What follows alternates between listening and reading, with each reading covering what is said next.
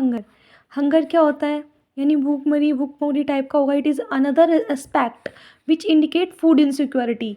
यानी एक अलग टाइप का इंस्पेक्ट है जो इंडिकेट करता है फूड इनसिक्योरिटी को, यानी खाद्य सुरक्षा को पॉइंट आउट करता है। Hunger is not just a sign of proper poverty but it also cause poverty. यानी हंगर क्या है? ये एक साइन नहीं है, यानी गरीबी का एक चिन्ह नहीं है, बल्कि इसकी वजह से क्या होती है? गरीबी आती है। गरीबी का कॉजेज है, यानी कारण है। To achieve food security, current hunger should be removed and the risks of the future hunger and should be reduced। यानी बता रखा है कि हमें फूड सिक्योरिटी से हम क्या कर सकते हैं, जो करंट में भुखमरी फैली हुई है शुड बी रिमूव्ड, उसको हम हटा सकते हैं, ख़त्म कर सकते हैं। And risk of the hunger should be reduce, और जो अगर हमें फ्यूचर में होने वाला रिस्क है कि भुखमरी का रिस्क होगा, उसको भी हम क्या कर सकते हैं? कम कर सकते हैं। किसकी वजह से? फूड सिक्योरिटी की वजह से। Hunger has two dimensional and chronic and seasonal, these are follows. तो टू टाइप्स के हंगर होते हैं। एक तो होता है क्रॉनिक हंगर, दूसरा होता है सीजनल हंगर। क्रॉनिक हंगर क्या होता है? It is a consequences of a diet which is a regularly इनएडिक्वेट in quantity and quality. इसका यानी इसमें क्या होता है, जो हमारी डाइट होती है उसके अकॉर्डिंग हम रेगुलरली बेसिस पे इनएडिक्वेट क्वांटिटी और क्वालिटी को लेते हैं, यानी जितना हमें चाहिए होता है हम उतना नहीं ले पाते हैं। This is cause due to the lack of income to buy goods for survival. किसकी वजह से होता है? क्योंकि हमारी इनकम इतनी लो होती है कि हम प्रॉपर अपने सर्वाइव के लिए जितने हमें गुड्स चाहिए होते हैं उतने हम अफोर्ड नहीं कर पाते। Chronic hunger has reduced in rural area from 2.3% of household 1983 to 0.7% in 1998। Data दे रखा है आपको कि किस ईयर्स में कैसे जो क्रॉनिक हंगर थी वो रिड्यूस हुए हैं या इंक्रीज हुए हैं। तो यह क्रॉनिक हंगर का मतलब ये होता है कि हम अपनी इसमें क्या होता है, हम इनएडिक्वेट इन क्वांटिटी और क्वालिटी की वजह से हम अपनी डाइट को प्रॉपर नहीं ले पाते हैं, और उसका मेन रीज़न होता है due to the lack of income. यानी हमारी जो इनकम होती है वो इतनी कम, इनकम की कमी की वजह से हम अपने फूड सर्वाइवल को बाय नहीं कर पाते। सीजनल हंगर क्या होता है? It is related a seasonal cycle of food growing and harvesting. It is a prevalent in rural areas because of seasonal nature of agriculture activities. जैसे आप गाँव में देखोगे कि वहाँ पे क्या होता है, सीजनल एक्टिविटी होती है, मतलब उनके पास खेती करने का कुछ सीजन्स होते हैं जिसमें वो खेती कर सकते हैं। तो उस सीजन्स के अकॉर्डिंग उनको क्या मिल जाती है? फूड मिल जाते हैं उस टाइम। तो वो फूड को ग्रो कर सकते हैं, हार्वेस्टिंग कर सकते हैं किसी सीज़न के अकॉर्डिंग। तो जो उनका मतलब बोल सकते हैं जो फूड सिक्योरिटी होती है वो किसके ऊपर डिपेंड रहती है? उनकी सीज़न के ऊपर डिपेंड रहती है। उसी के अकॉर्डिंग क्या कर सकते हैं? ग्रोविंग करते हैं, हार्वेस्टिंग करते हैं। And it's prevalent in rural area. कहाँ मिलती है देखने को? ये रूरल एरिया में। किसकी वजह से? Because of seasonal nature. Seasonal nature की वजह से जो एग्रीकल्चर एक्टिविटी होती है तब देखने को मिलती है। मान लो उनकी फार्मिंग करने का सीज़न नहीं है, तो उस टाइम उनके पास खाना अनाज नहीं होगा, तो उनको कौन सी फेस करनी पड़ेगी? हंगर, सीजनल हंगर फेस करना पड़ेगा। In urban areas, casual construction workers suffer from the seasonal hunger when they do not get work during the rainy season। आपको मान लो कि जो आपके कंस्ट्रक्शन वर्कर होते हैं तो रेनी सीजन में उनका काम बंद हो जाता है, तो इसकी वजह से उनको क्या, उनके पास पैसों की कमी होती है, वो अपने फूड को अफोर्ड नहीं कर पाते, इसी वजह से उन्हें कौन सा सीजनल हंगर फेस करनी पड़ती है। उसके बाद this type of hunger exist when a person is unable to get work for the entire year. यानी एक टाइप की एक ऐसा काम होता है जिसमें इंसान पूरे साल काम नहीं कर पाता और उसके पास पैसे नहीं होते। ठीक है, मान लो सीज़न के अकॉर्डिंग काम करा। फॉर एग्जांपल आप आइसक्रीम बेचने वाला है, उसका काम जो गर्मियों में चलेगा सीज़न के अकॉर्डिंग, उसके पास पैसा होगा, वो अपनी एडिक्वेट अमाउंट में जितनी उसको रिक्वायरमेंट होगी कैलोरीज़ की या डाइट की, उसको फूड को या फूड लेने के लिए अफोर्ड कर सकता है अपने पैसों को, क्योंकि उस टाइम उसके पास इनकम है।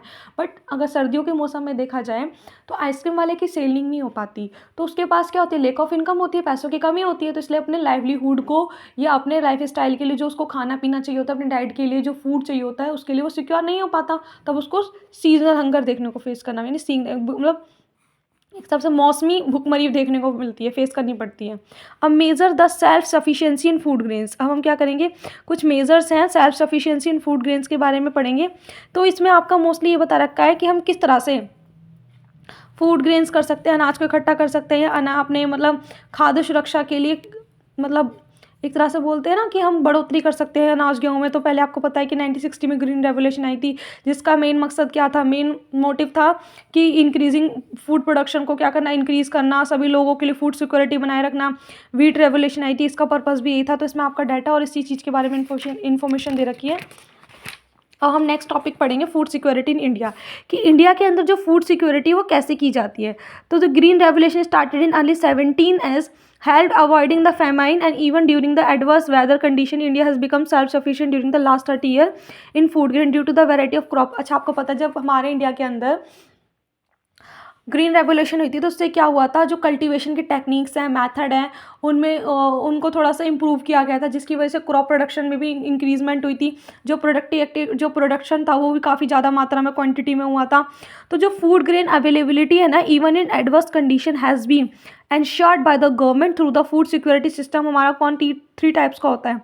तो जो सिस्टम कंसिस्ट करते हैं, एक तो हमारा बफर स्टॉक होता है, उसके अंदर एक होता है हमारा पीडीएस यानी पब्लिक डिस्ट्रीब्यूशन सिस्टम। तो गवर्नमेंट क्या करती है हमारे इंडिया के अंदर फूड सिक्योरिटी करने के लिए 2 टाइप की चीज़ें करती है, एक तो बफर स्टॉक करती है, दूसरा पब्लिक डिस्ट्रीब्यूशन सिस्टम होता है। एक हमारा राशनिंग भी आता है, वो हमारा पीडीएस के अंडर ही आता है, उसको हम डीपली अभी रीड करेंगे। तो बफर स्टॉक क्या होता है, it is a stock of food grain. ये फूड ग्रेन करने का क्या एक स्टॉक होता है, जिसमें हम गेहूँ को, अनाज को क्या करते हैं, इकट्ठा करते हैं। Procured by the government through the food corporation of India. यानी जो गवर्नमेंट होती है वो एफसीआई के थ्रू क्या करती है, चीज़ों को, गेहूँ, अनाजों को, उनका स्टॉक इकट्ठा कर लेती है। FCI purchase wheat and rice from the farmer of Dooj state which have a surplus production. जिस स्टेट का या जो कंट्री या सॉरी जो स्टेट में सबसे ज़्यादा प्रोडक्शन होता है, जो FCI होती है, फूड कॉरपोरेशन ऑफ इंडिया होती है, वो क्या करती है, किसानों से या प्रोड्यूसर से उनकी फसलों और गेहूं, अनाजों या चावल को खरीद लेती है। फिर वो गवर्नमेंट को हैंड ओवर करके गवर्नमेंट उनका क्या बना लेती है, स्टॉक बना लेती है।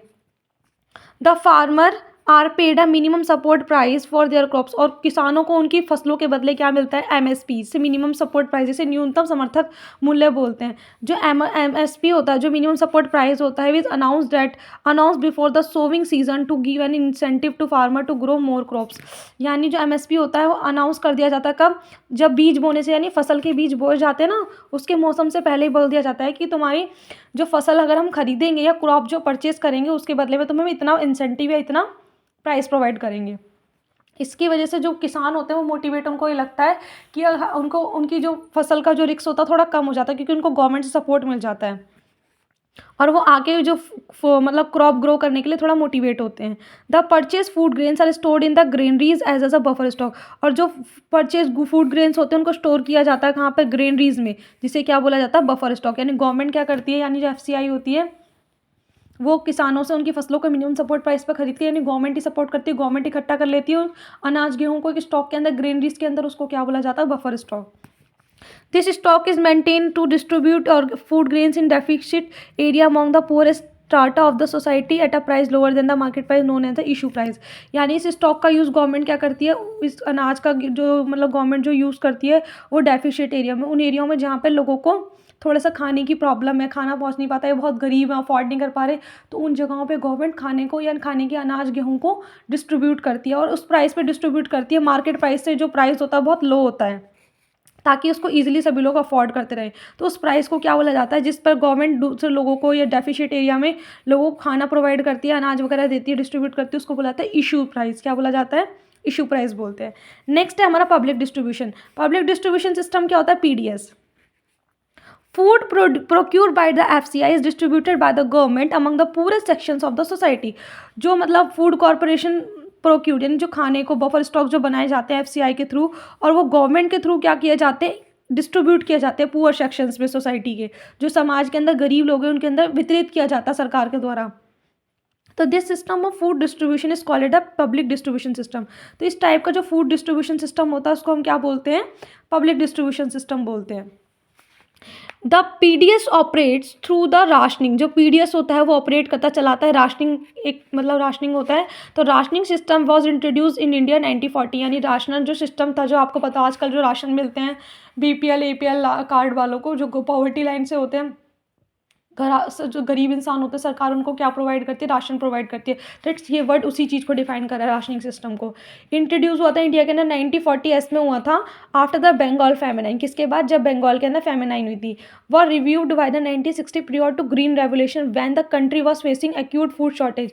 मैंने आपको पता होगा कि उसके बाद ना लोगों को, जब फेमिनाइन हुआ था बंगाल के अंदर, तो उसके बाद लोगों को खाने की कमी आई थी, फूड इनसिक्योरिटी आई थी। तो इस चीज़ को देखते हुए ग्रीन रेवोल्यूशन 1960, जिससे प्रोडक्शन बहुत हुआ था, तो फिर ईजिली गवर्नमेंट क्या कर सकती थी, बफर स्टॉक करके लोगों के बीच में डिस्ट्रीब्यूशन कर सकती थी। अब ration shops are now present in most localities, village, town, cities. Ration shops are also known as a fair price shops. आपको पता है आपके गाँव में, लोकेलिटीज़ में, शहरों में, कस्बों में आपने राशन की शॉप देखी होंगी, जो फेयर प्राइस पे क्या करती हैं, सभी लोगों को राशनिंग प्रोवाइड करती है, यानी वो मतलब व्हीट्स ग्रेन्स वगैरह प्रोवाइड करती है। उनको क्या बोला जाता है, फेयर प्राइस शॉप भी बोला जाता है राशन शॉप्स को। They keep stock of food grain, sugar and kerosene oil for cooking. पहले के टाइम पे देखो, आपने देखा होगा गेहूँ मिलते हैं, चावल मिलते हैं, पर पहले के टाइम पे गेहूँ, चावल, चीनी, केरोसिन ऑयल भी मिलता था। PDS was a strength in mid and 1970s after the report of the NSSO। NSO national sample survey organisation होती है जो किसी भी चीज़ से रिलेटेड डाटा को कलेक्ट करती है। And 3 food intervention programme was in PDS, ICDS and food for work programme. तो 3 प्रोग्राम चलाए गए थे इंटरवेंशन को लेके। एक तो हमारा PDS होता है जिसको पब्लिक डिस्ट्रीब्यूशन सिस्टम बोलते हैं, ICDS integrated child development services, जो मतलब इंटीग्रेटेड चाइल्ड में जो छोटे बच्चों से मतलब आंगनवाड़ी से रिलेटेड कुछ है, जिसमें बच्चों के बाल विकास के लिए क्या दी जाती है, उनको सेवाएं दी जाती है। फूड वर्क फॉर प्रोग्राम, एक खाने को लेकर कुछ कार्यक्रम चलाए गए थे। तो FFW program now comes under the national food security act 2018 के अंदर में आता है। जो FFW प्रोग्राम है वो नेशनल फूड सिक्योरिटी 2013 के एक्ट के अंडर में आता है। This act provide for food and nutritional security, enable people to live a life with a dignity. अब हम पढ़ेंगे पॉवर्टी एलिवेशन प्रोग्राम। तो गरीबी को हटाने के लिए कुछ प्रोग्राम चलाए गए थे सरकार के थ्रू, PAPS बोलते हैं। Initiated mostly in rural areas, rural area में चलाए गए थे मोस्टली ये program. Are aim to provide food security poor people, यानी इसका मेन जो ऑब्जेक्टिव था, जो एम था, वो गरीब लोगों को क्या प्रोवाइड करना था, फूड सिक्योरिटी प्रोवाइड करना था। An employment generation program are also initiated under PAPS। और जो हमारे इनिशिएटेड अंडर प्रोग्राम थे और कुछ ऐसे चलाए गए थे PAPS, and then ensure food security by raising the income of poor. उनका मतलब ये था कि जो गरीब लोग हैं उनको क्या प्रोवाइड किया जाए, उनको फूड सिक्योरिटी प्रोवाइड किया जाए, जिससे लोगों की क्या बोले, गरीब लोगों की इनकम रेज हो जाए, ठीक है, ताकि वो अपनी इनकम के अकॉर्डिंग चीज़ों को अफोर्ड कर पाएँ। फूड सिक्योरिटी का मतलब ही यही था कि पॉवर्टी को एलिवेट करना। अब हम बताएंगे, आपने सुना भी होगा कि 3 टाइप के राशन कार्ड्स होते हैं। एक तो हमारा होता है Antyodaya card for the poorest, जो गरीब से भी गरीब होते हैं ना, बहुत ज़्यादा गरीब होते हैं, उनके लिए कार्ड बनता है जिसको बोलते हैं अंत्योदय कार्ड। एक होता है BPL, जो बिलो पॉवर्टी लाइन होते हैं, गरीबी रेखा से नीचे होते हैं। एक होता है हमारा APL, जो क्या होते हैं, पॉवर्टी लाइन से ऊपर के जो लोग आते हैं, मिनिमम बैकग्राउंड के लोग, उनको इंक्लूड किया जाता है। तो current status of public distribution system का ये करंट स्टेटस बता रखे हैं, ये डाटा बता रखा है आपके क्या क्या था, मतलब कितने लोगों को तक पहुंचाए गए थे, कहाँ तक कंट्री तक, ये TPDS बताया गया है। अब हम पढ़ेंगे revamped public distribution system RPDS था, जो स्टार्ट हुआ था 1700 blocks of the country to provide the benefits of PDS का। रिमोट और बैकवर्ड एरिया के अंदर क्या प्रोवाइड करना, PDS क्या करवाती, डिस्ट्रीब्यूशन करती थी ग्रेन्स का, राइस वगैरह का। तो कहाँ पर 1700 blocks of the country provide the benefit देते थे, और PDS का किसको, जितने बैकवर्ड और रिमोट्स एरिया थे उनको, उसको बोलते हैं रिवैम्ड पब्लिक डिस्ट्रीब्यूशन सिस्टम। अब नेक्स्ट था हमारा 1997 में आया था टारगेटेड पब्लिक डिस्ट्रीब्यूशन सिस्टम। इसमें उन लोगों को टारगेट किया जाता था जितने भी पुअर पीपल होते थे ना, और लोअर इश्यूज, जितने भी गरीब लोग थे उनको टारगेट किया जाता था, उनको लो से लो प्राइस पर क्या दी जाती थी, फूड ग्रेन्स दिए जाते थे। ओके, तो ये हमारा टारगेट पीपल यानी TPDS था, एक RPDS था, एक थी हमारी अंत्योदय अन्ना योजना। अंत्योदय अन्ना योजना 2000 में आई थी, जिसके 2 स्पेशल स्कीम्स थी, एक अन्नपूर्णा स्कीम्स थी, एक अंत्योदय अन्ना योजना थी। एक हमारी अन्नपूर्णा स्कीम आ गई बेटा इसके अंदर 2000 में जो आई थी, एक अंत्योदय अन्न योजना आ गई है। तो अंत्योदय अन्न योजना was launched in December 2000। It's is for the poorest of the poor, यानी जो AAY थी वो लॉन्च की गई थी दिसंबर 2000 में। और इसका मेन मकसद क्या था, जो गरीब से गरीब लोग हैं उनको हेल्प प्रोवाइड करना। तो under this scheme 1 crore of the poorest among the BPL families covered under the targeted PPDS। आपको पता है BPL के अंदर यानी TPDS के अंदर किन लोगों को टारगेट किया गया था, BPL वाले पर्सन को, जो बिलो पॉवर्टी लाइन के अंडर में आते थे, उनकी हेल्प की गई थी। अब आपको बता रखा है कि इसके अंदर कि poor family were identified by the respective state rural development department through the below poverty line, कि जितने भी गरीब लोग होते हैं उनको बिलो पॉवर्टी लाइन के अंडर में ही रखा जाता है। उनके लिए मतलब कुछ प्राइस फिक्स किए गए थे कि 25 किलो ऑफ फूड ग्रेन मिलेगा उनको, were made available to each eligible family at highly subsidy rate of 2 rupees per kg of wheat. उनको 2 रुपये किलो गेहूँ मिलेगा, 3 रुपये किलो चावल मिलेंगे। और फिर उनका प्राइस राइज कर दिया गया था 2000 में, कितना कि 25 किलो गेहूँ से उन्हें 35 किलो गेहूँ प्रोवाइड करा जाने लगा। अब PDS has a contributed in following veg. तो PDS को कई शहरों में या कई जगहों पर अलग अलग तरीके से देखा जाता है। It has effectively had the government control and stabilise food prices, यानी PDS ने क्या करा, PDS की वजह से ये बहुत इफेक्टिव है, ये हेल्प करता है सरकार की किसी भी चीज़ के प्राइस को स्टेबल करने के लिए, फूड प्राइसेस को फिक्स करने के लिए। It has help in avoiding the wide spread hunger and feminine, यानी जो हमारे देश में भूखमरी वगैरह फैल रही है, सरप्लस डेफिशिट हो रहे, उनको रोकता है। एमएसपी क्या होता है? MSP and the procurement has led to the increase in food grain and production and provide income security to farmers in certain region. जो एमएसपी होता है, मिनिमम सपोर्ट प्राइस, से किसानों को थोड़ी हेल्प मिल गई, भाई उनको लगता है कि हमारी फसल ख़राब नहीं होगी, उनको थोड़ा सा मोटिवेशन मिल जाता है और थोड़ा सा उनका रिस्क कम हो जाता है। तो पीडीएस से कई फ़ायदे हैं। गवर्नमेंट ने प्राइस को स्टेबल किया, फूड प्राइसेस को। नेक्स्ट है, उन्होंने हंगर, फेमिनाइन, पूरी चीज़ों को ख़त्म करा, गरीबी को। थर्ड है, इस एमएसपी के सपोर्ट से जितने भी किसान वगैरह हैं, प्रोड्यूसर हैं, उनको थोड़ा सा हेल्प मिली है। अब पीडीएस सिस्टम की कुछ प्रॉब्लम देखने को मिलती हैं। हमारे देश में पीडीएस सिस्टम इम्प्लीमेंट तो है, उसका यूज़ भी हो रहा है, उसका मोटिव भी हम देख रहे हैं, बट इसकी कुछ प्रॉब्लम्स हमें मतलब अराइज होकर आई हैं।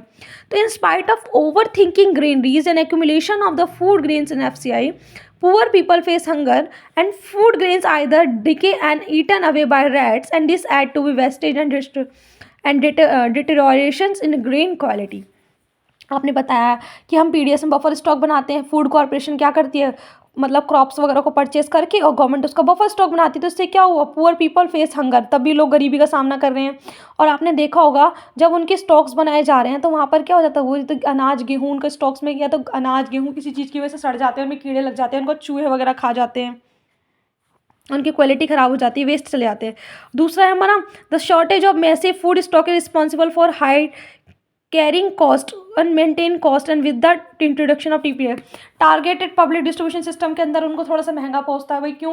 क्योंकि उनको रखने का थोड़ा खर्चा आता है, उनको मेंटेन करने के लिए, तो थोड़ा सा जो लेवल है प्राइसेस का थोड़ा सा अलग हो जाता है हर ग्रुप्स के लिए।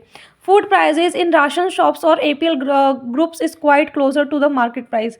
ये बता रखा जो एपीएल के लिए, पब्लिक डिस्ट्रीब्यूशन सिस्टम के अंदर जो मतलब एपीएल कार्ड वाले पर्सन है, उनके लिए जो फूड प्राइस होता है ना, वो थोड़ा सा ज़्यादा होता है according to below poverty line से।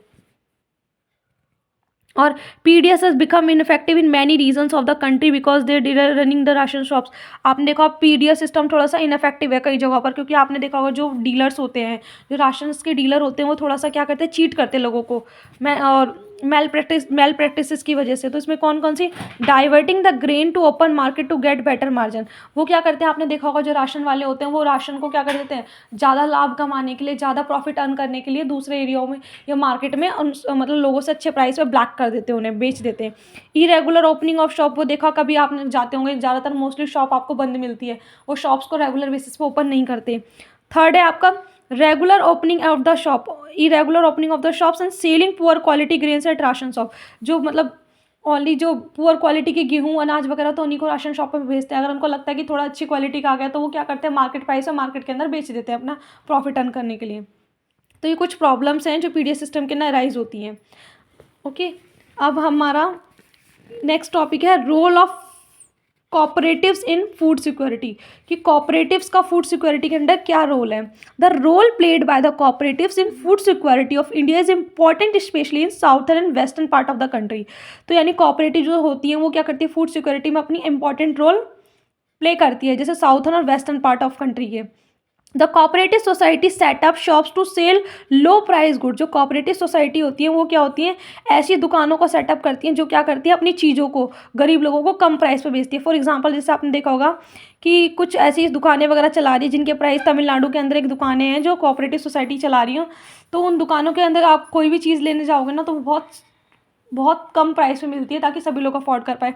आप एग्जांपल ले सकते हो, जैसे आप केमिस्ट की नॉर्मल शॉप पे जाते हो तो आपको दवाइयाँ महंगी मिलती हैं, बट आप प्रधानमंत्री ने अपनी औषधि योजना के अंतर्गत मेडिकल शॉप्स खोल रखी हैं, जिसके अंदर आपको जो मतलब बोल सकते हैं जो मेडिसिन है वो 60 या 40% मतलब सेलिंग प्राइस से कम पर दवाइयाँ मिलती हैं। This example show below the success stories of cooperative in order to contribute in food security of India. यानी आपने देखना जो फूड सिक्योरिटी के अंडर में इन्होंने जो कोऑपरेटिव सोसाइटी ने जो अपना रोल प्ले किया है ना, तो इन्होंने काफ़ी सक्सेस भी अचीव करी, उनके बारे में पढ़ेंगे। दिल्ली में मदर डेयरी आपने सुना होगा, making in progress in providing milk, जो क्या करती है, मिल्क प्रोवाइड करती है, वेजिटेबल्स देती है कंज्यूमर को, and control rate decided by government of India. और उनके जो रेट्स वगैरह हैं वो कौन डिसाइड करता है, गवर्नमेंट ऑफ दिल्ली की जो गवर्नमेंट है वो डिसाइड करती है। तो इनके जो प्राइजेस होते हैं ना, बाकियों के प्राइजेस से बहुत कम होते हैं ताकि इनको सभी लोग अफोर्ड कर पाए। दूसरा है अमूल। अमूल भी एक कोऑपरेटिव सोसाइटी है जिसका काम क्या है, मिल्क बेचना होता है। ये milk and milk product from Gujarat के होते हैं। It has broth from white revolution in the country. और किसकी वजह से लाई गई थी सोसाइटी, वाइट रेवोल्यूशन की वजह से। एक हमारी महाराष्ट्र के academy of development science ADS has facilitated network of NGOs setting up the grain banks in different region. अलग अलग रीजन्स के अंदर गेहूं के अनाज के भंडारों को विकसित करती है। ADS organise training capacity building program on food security, यानी ये बताती है इसमें एनजीओ जो बताते हैं किस किस टाइप से हम फूड सिक्योरिटी कर सकते हैं लोगों के लिए।